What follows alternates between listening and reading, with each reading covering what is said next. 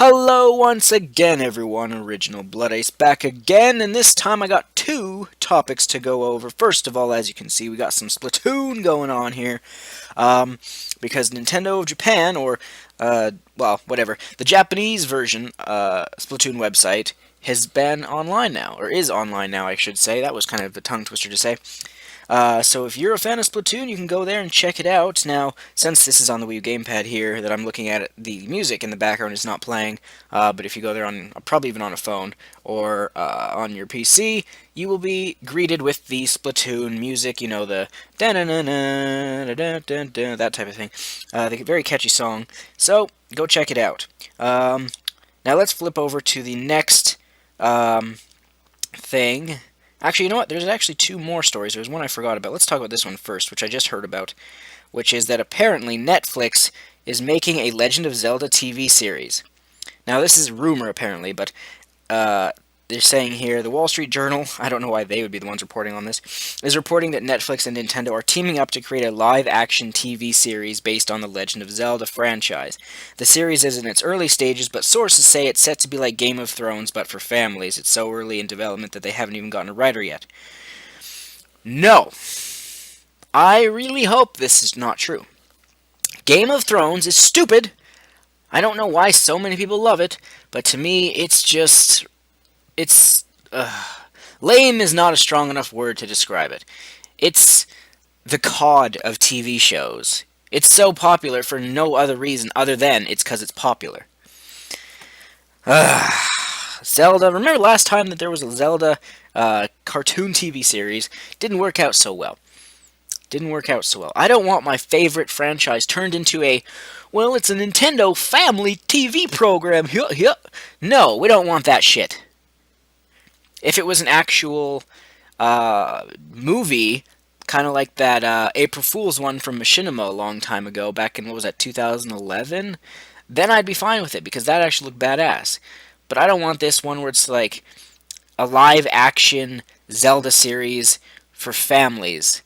Because they're going to screw it up. They're going to be all like, Link is going to talk, and that's going to be stupid and break the entire canon of the show. Then they're going to probably make it all about, instead of defeating a boss, it's like, oh, I will talk to you. Like, it'll be like Naruto, where we don't need to fight to solve our problems. I can just talk to you, and the bad guy will give up. It's going to be something stupid like that. Anyway, I don't want to do a rant on that. Let's get into the other story, which is actually some interesting and good news. We got some Xenoblade Chronicles X stuff. Apparently, it runs at 720p. Little disappointing, but I mean, it's such a huge game. I'm not 100% surprised, as you can see there. And it also says that you can use the Pro Controller, the Wii U Pro Controller for the game. I'll just use the gamepad because it was built with the gamepad in mind. We don't know yet if it's 60 frames per second. I really hope it's 60 frames per second.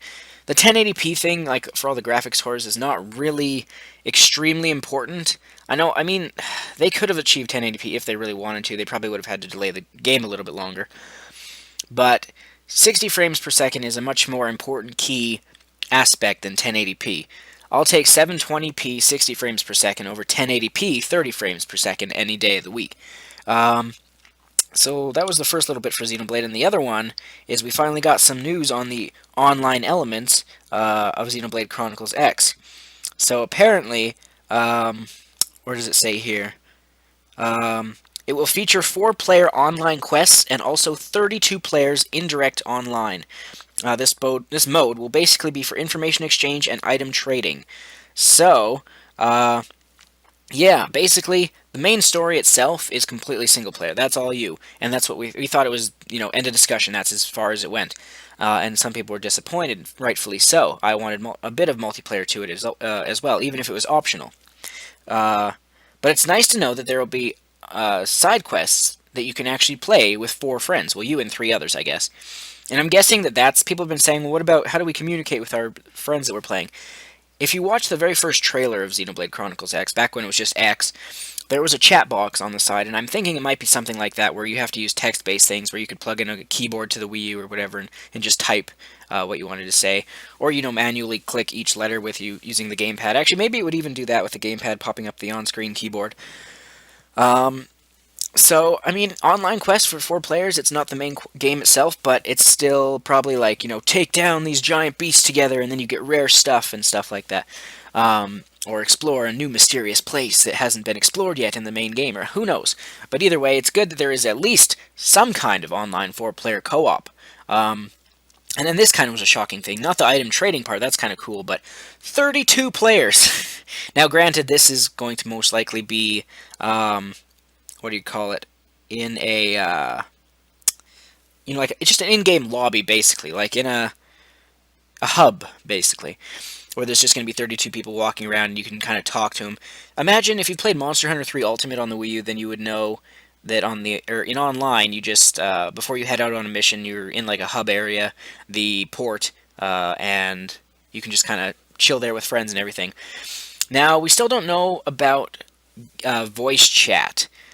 Some people think they might do voice chat when you're like in the lobby, when you're trading with stuff, but at the same time, I don't know, because if it's optional, that's great, but if it's mandatory, like if it's always turned on, if you have 32 people in one room, in one lobby, all chatting, that's going to be a clusterfuck. It's going to be like everyone trying to talk to some other person. You're like, no, not you, shut up, I can't hear you. And it would just be a mess.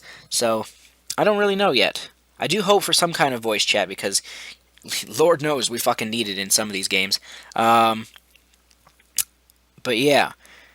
It's quite funny, though. Some people are just like, 32 players? Man, even the Xbox One and PS4 don't have games with that many. But I don't know. There was, what was it? Monster Hunter Frontier G, I think, had a boss that was a creature that was so big, it was like a huge-ass dragon where you needed like 32 players to take it down or something like that. But anyway, that's really all I wanted to show and say in this video.